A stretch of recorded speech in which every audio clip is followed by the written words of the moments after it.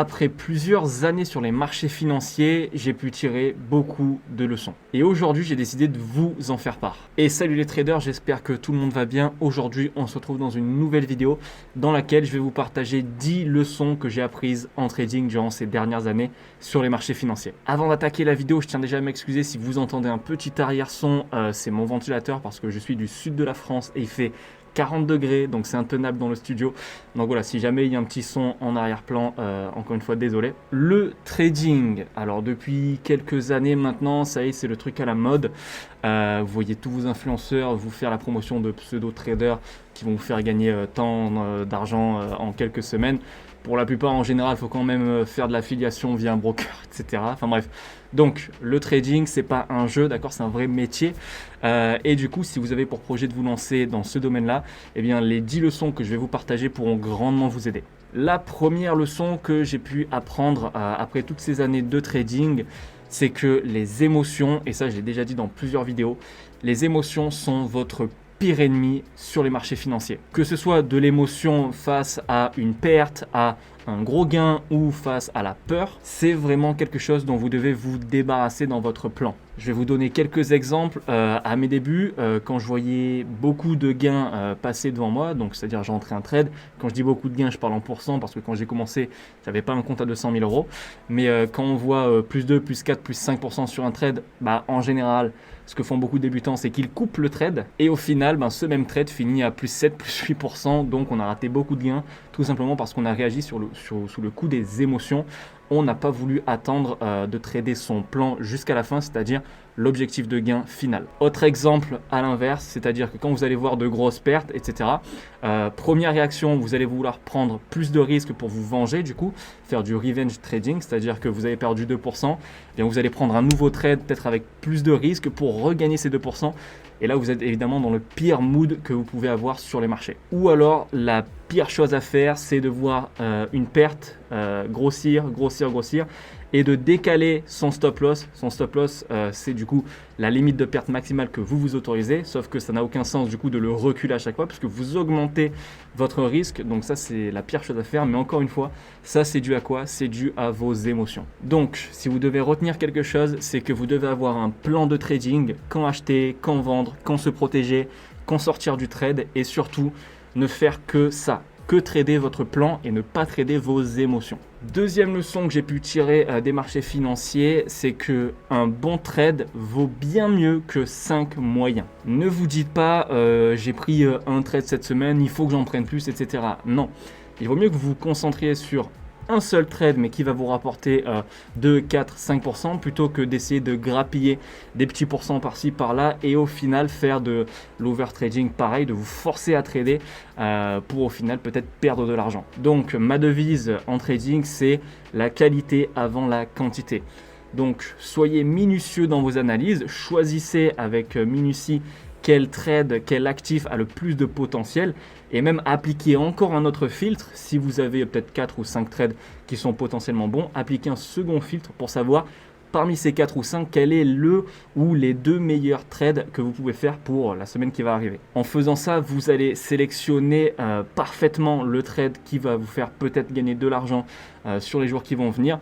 Et du coup, vous allez mettre de côté ceux avec lesquels vous avez peut-être un petit peu moins confiance. Parce que, croyez-moi, si vous passez beaucoup de temps sur vos analyses à choisir le bon trade et que vous savez bien manager votre trade également une fois dedans, ça peut vous rapporter bien plus que si vous aviez pris tous vos 5-6 trades en même temps et que vous n'ayez pas pu bien manager, puisque quand on a 5-6 trades, il faut qu'on manage, parce que ça aussi c'est un côté du trading, d'accord? C'est pas juste acheter et vendre, c'est manager la position quand on est dedans. Et bien évidemment, quand on a 5-6 trades qui tournent, c'est plus compliqué de tous les manager correctement plutôt que de bien en manager un seul. Troisième leçon, le backtest est vraiment sous-coté en trading. On en entend très peu parler. Pourtant, il n'y a pas mieux pour tester et avoir encore plus confiance en sa méthode et en sa stratégie que ça. Pour ceux qui ne le savent pas, le backtest, c'est quoi? C'est tout simplement de faire un replay sur TradingView par exemple, c'est le site que j'utilise pour mes analyses. Donc vous allez faire un replay, une remontée en arrière sur les marchés financiers sur votre graphique, appuyer sur play et faire comme si vous étiez en train de trader en mode réel. Donc à chaque fois que vous arriverez devant une configuration que vous connaissez pour un achat ou pour une vente, vous allez simuler l'achat ou la vente et vous allez manager avec le graphique qui continue de découler. Évidemment, quand vous faites ça, ne regardez pas tout ce que vous allez mettre en replay avant, ça n'a aucun sens. Donc voilà, cachez le graphique, replay et entraînez-vous avec votre méthode et votre stratégie. En faisant ça, comme je vous l'ai dit, vous allez prendre encore plus confiance en votre méthode et en votre stratégie. Parce qu'en général, quand vous allez faire ce genre de choses, imaginons peut-être tous les jours, vous allez prendre beaucoup de trades. Donc vous allez pouvoir ensuite savoir avec précision quels sont les meilleurs setups et quels sont les setups moyens, voire mauvais. Donc vous deviendrez un petit peu un reptile quand vous verrez, lorsque vous ne serez pas en replay mais bien en conditions réelles, lorsque vous verrez un setup, vous serez un reptile, vous saurez déjà si ça va être un bon setup ou un moyen, est-ce que je dois le prendre, si je dois le prendre, comment je dois le manager, etc. Donc n'hésitez pas à backtester dès que vous avez du temps libre, dès que vous le pouvez, parce que c'est un énorme outil pour prendre beaucoup de niveaux en assez peu de temps. Parce que le replay, vous pouvez le faire quand vous voulez. Donc si vous voulez vous taper 1 heure, 2 heures, 4 heures de backtest dans la même journée, vous pouvez. Ensuite, quatrième leçon que j'ai pu tirer des marchés en trading, c'est que le management, votre trade management ou alors votre money management représente 80% du travail. Pourquoi 80%? Parce que les 20% restants, c'est juste faire votre analyse. Quand ça fait des années qu'on fait du trading, ce qui est mon cas, mes analyses, quand j'analyse une paire du forex, une crypto-monnaie, etc., ça me prend vraiment quelques minutes. Et les 10% restants, ça va être tout simplement d'appuyer sur acheter ou vendre. Tout le travail, enfin la majorité du travail va être dans le trade management. C'est-à-dire de surveiller la structure. Donc, est-ce que mon scénario s'invalide? Est-ce que je peux rajouter une position? À quel moment je dois sortir avant mon stop loss ou avant mon take profit dans certains cas? Comment je dois gérer mon risque sur les positions que je vais ajouter? Est-ce que je prends une partie de mes profits avant mon objectif de gain, etc., etc. Tout ça, c'est vraiment ce qui va faire que vous serez peut-être gagnant ou perdant, parce que je l'ai déjà dit et je le répète, le money management, enfin le trade management à lui seul peut faire de vous un trader rentable. Parce que quand vous savez maximiser vos profits et réduire un maximum vos pertes, même si vous prenez une pièce de 1 euro et que vous faites pile ou face, si vous êtes très bon en trade management, vous pourrez être rentable ou au moins à break-even, c'est-à-dire pas de perte mais pas de gain. Donc pareil, n'hésitez pas à faire du backtest pour vous entraîner à votre trade management, c'est hyper important. Cinquième leçon que j'ai pu tirer en trading, c'est qu'avoir une communauté, c'est vraiment un plus incroyable. Quand vous êtes tout seul face à votre écran et que vous faites du trading, alors si vous êtes bon, pas de souci, mais avoir une communauté avec ou derrière vous, c'est quand même un avantage énorme. Parce que, exemple, dans mes différents groupes, en tout maintenant, si je regroupe mes différents groupes d'élèves, on est une 50aine de wave traders. Et évidemment, moi, j'ai une vie à côté du trading, d'accord? Des fois, je ne suis pas dans les écrans, etc. Des fois, je loupe des setups parce que je ne suis pas sur la bonne time frame, etc. Eh bien, je peux profiter moi-même des setups que vont envoyer les élèves de mes groupes dans le chat Discord, par exemple. Ça m'est arrivé d'ailleurs il n'y a pas longtemps. J'étais chez moi tranquillement, j'étais pas devant les écrans, mais j'étais chez moi. Un de mes élèves envoie un setup, une opportunité d'acheter ou de vendre. Je regarde si l'opportunité est bonne, d'accord, si l'élève ne s'est pas trompé. Il s'avère que l'élève a raison, c'est une bonne opportunité. Résultat, j'ouvre mon ordi, je check vite fait la structure quand même parce que je n'y vais pas à l'aveugle évidemment. Mais du coup, je peux profiter des setups qu'envoient mes élèves et mes élèves aussi peuvent profiter des setups que j'envoie et que les autres élèves envoient également. En plus de ça, on est bien d'accord, enfin la plupart des gens vont être d'accord avec moi, c'est bien plus agréable d'avoir un boulot, un job, une activité avec laquelle vous pouvez partager, que vous pouvez partager avec pas mal de monde, d'accord, discuter, etc., échanger avec d'autres membres, plutôt que de rester tout seul dans son coin, dans sa grotte, en mode solitaire. Donc voilà, si vous avez la possibilité à travers, je sais pas, une formation que vous aurez choisi d'intégrer une communauté, top. Si vous n'avez pas fait de formation et que vous êtes quand même rentable et un trader, essayez de rejoindre des groupes Discord, Telegram, etc. parce que c'est vraiment sympa de pouvoir échanger, d'avoir une communauté autour d'une activité. Je profite juste d'un petit instant pour vous demander de vous abonner si mon contenu vous plaît. Je publie 2 vidéos par semaine, à savoir le dimanche à 18h, une vidéo d'analyse pour vous montrer que je sais de quoi je parle par rapport à beaucoup de personnes sur YouTube et sur les réseaux sociaux avec lesquelles vous pouvez faire vos avant-après. Et en général, en milieu de semaine, je sors une vidéo plus générale autour du trading comme celle-ci. aujourd'hui. Merci infiniment à ceux qui prennent le temps de lâcher leur like et leurs commentaires à chaque vidéo. Vous donnez un vrai coup de pouce à la chaîne YouTube. Si c'est pas le cas, pensez à le faire. Ça prend vraiment 2 secondes et ce serait super sympa. Allez, je vous prends pas plus la tête et on continue la vidéo. Mais abonnez-vous, n'oubliez pas. Pour continuer, 6e leçon, sachez que le temps c'est de l'argent, mais que l'argent c'est aussi du temps. Pourquoi je dis ça ? Eh bien parce que j'ai beaucoup de personnes qui viennent me voir et ou alors qui laissent dans des commentaires de mes publications sur les différents réseaux qui disent que ça sert à rien de payer des formations, ça sert à rien de payer pour apprendre de quelqu'un puisque à l'heure d'aujourd'hui on peut trouver tout gratuitement. Sachez que déjà de mon côté je connais aucun trader digne de ce nom qui est devenu rentable sur le long terme uniquement avec des vidéos gratuites sur YouTube. Je dis pas que c'est impossible, mais sachez que c'est très compliqué. Pourquoi ? Parce que sur YouTube, vous allez trouver tout et n'importe quoi. Donc, quand vous êtes novice, comment est-ce que vous pouvez dissocier la mauvaise information de la bonne ? Vous ne pouvez pas, parce que vous êtes novice. Donc, qu'est-ce que vous êtes obligé de faire ? Eh bien, de tester les mauvais et les bons côtés des vidéos que vous allez trouver.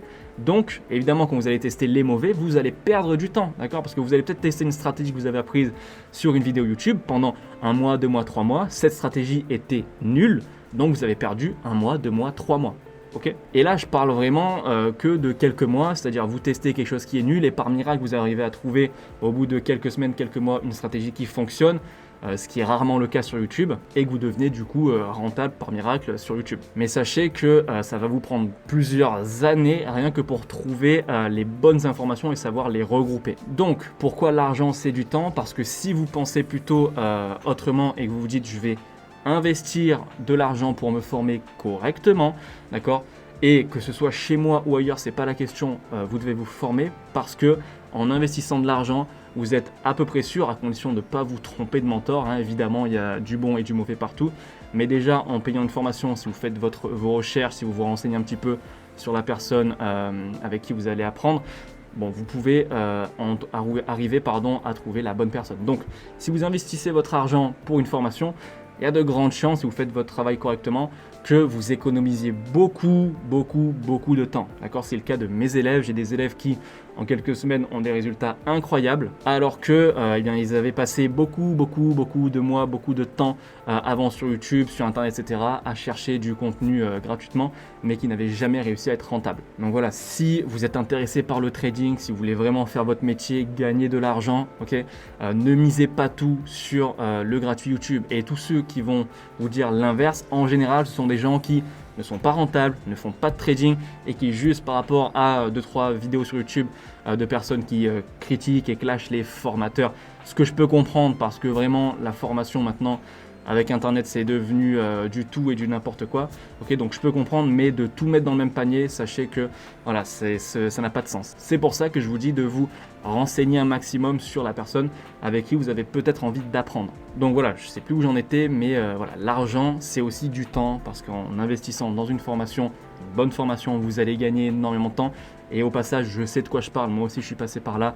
Et comme par hasard, après avoir investi dans une formation, je suis devenu rentable 1 an après. 7e leçon que j'ai tirée du trading au fil de ces années, c'est que vous ne devez pas voir uniquement le côté argent. Et cette leçon, je ne l'ai pas tirée forcément de ma propre expérience, mais plutôt de mon expérience en tant que formateur. Voilà, ce n'est pas une leçon que j'ai tirée de mon trading à moi, mais comme je l'ai dit, de mon expérience vis-à-vis des différents élèves que j'ai pu avoir dans mes coachings. Il y en a beaucoup qui vont se lancer, qui eux vont bel et bien investir dans une formation parce qu'ils pensent que, comme je l'ai dit juste avant, ça peut suffire, mais non, il faut investir dans une bonne formation et aussi travailler, ok ?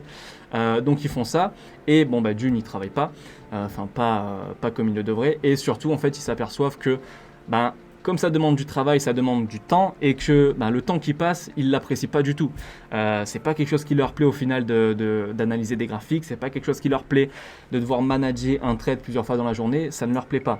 Pourquoi ? Parce que ce sont des gens qui se sont focalisés uniquement sur le côté argent. Donc si c'est votre cas, si vous avez envie de faire du trading uniquement pour gagner de l'argent, il y a de grandes chances que vous fassiez fausse route. Pourquoi ? Parce que comme je le dis, ça demande du travail, vous allez devoir passer du temps à faire du trading et si ça ne vous plaît pas autre que l'argent, parce qu'évidemment à vos débuts, vous n'allez pas gagner d'argent, vous allez faire du démo, voire vous allez juste analyser sans prendre de trade même en démo. Donc vous n'allez pas gagner d'argent et ça va vous prendre beaucoup de temps, d'accord ? Quelques mois, peut-être même 1 an avant d'être rentable et de passer avec de l'argent réel et commencer à gagner de l'argent. Donc toute cette partie-là d'entraînement, Si vous ne l'appréciez pas, vous allez soit la bâcler, soit vous entraîner une fois toutes les 4 semaines. Donc ne faites pas cette grosse erreur de vous lancer dedans, d'investir dans des formations parfois assez chères, juste parce que vous avez envie de gagner de l'argent. Ça va demander beaucoup plus que ça va demander un petit peu de passion et que vous aimiez un petit peu ce que vous faites. Et du coup, 8e leçon qui découle de la 7e, évidemment, le trading, c'est pas un jeu comme je vous ai dit en début de vidéo, c'est un vrai métier, d'accord? C'est une vraie activité, ça demande du travail. Donc si vous pensez rejoindre une formation, payer tant et ensuite ne rien faire, vous foncez droit dans le mur, d'accord? Vous allez devoir travailler, travailler et travailler. Vous allez devoir travailler déjà tout votre temps d'apprentissage. L'apprentissage, c'est pas juste lire un livre et ensuite aller se coucher. C'est lire un livre ou une vidéo ou faire une séance de coaching et pratiquer. Okay, relire ses cours, vous entraîner en replay comme dit juste avant, ou vous entraîner à analyser les marchés actuels. Et ça tous les jours parce que la 9e leçon que j'ai pu tirer sur les marchés, c'est d'être régulier. Franchement, vaut mieux travailler un petit peu chaque jour, c'est-à-dire 15, 20, 25 minutes. Ne me faites pas croire que vous n'avez pas 15, 20, 25 minutes par jour de temps libre, c'est impossible. Donc il vaut mieux travailler 15, 20, 25 minutes une fois tous les jours plutôt que de se dire la semaine je fais rien et arrivé le week-end, ça y est, je vais travailler 4 heures. Non, ça c'est la pire manière d'évoluer. Donc soyez régulier, ayez une sorte de routine, d'accord, même si vous n'avez pas à vous imposer une heure précise à laquelle travailler. En tout cas, moi je ne fonctionne pas comme ça.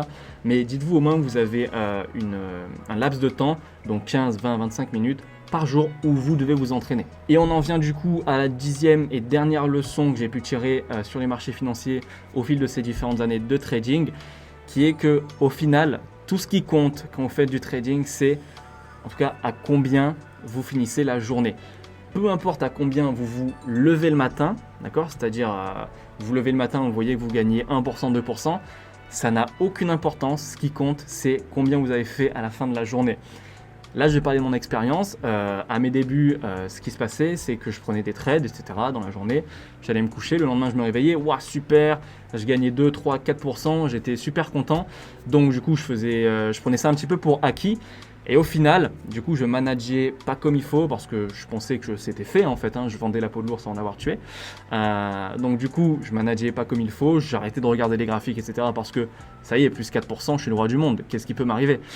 Et au final, le marché se retournait et je finissais la journée soit à zéro, soit en perte. Donc, ce qu'il faut que vous reteniez, ça découle aussi des émotions, mais ne soyez pas euphorique dès que vous avez un gain, que ce soit dans la journée ou même le soir. Okay, ce qui compte, c'est vraiment à la fin de la journée ou à la fin de la semaine ou à la fin du mois à combien vous êtes. D'accord? Que vous soyez à plus 10% à midi ne veut pas dire que vous allez être à plus 10 voire plus à 16h. Donc, que vous soyez en négatif ou vraiment en profit, vous devez encore une fois trader votre plan, faire du trade management comme il faut, au cas où le marché soit se retourne et sortir avant la 4, soit au cas où le marché remonte et savoir en profiter si vous étiez en négatif. Et voilà, c'est déjà la fin de cette vidéo. J'espère vraiment qu'elle vous aura plu, j'espère qu'elle vous aura aidé. Si c'est le cas, n'hésitez pas à la liker, à la commenter et à la partager si vous pensez qu'elle pourrait aider d'autres personnes. N'oubliez pas de vous abonner. C'est tout pour moi, je vous dis à dimanche 18h pour une nouvelle vidéo d'analyse. Courte vie mais légendaire comme d'habitude. Ciao!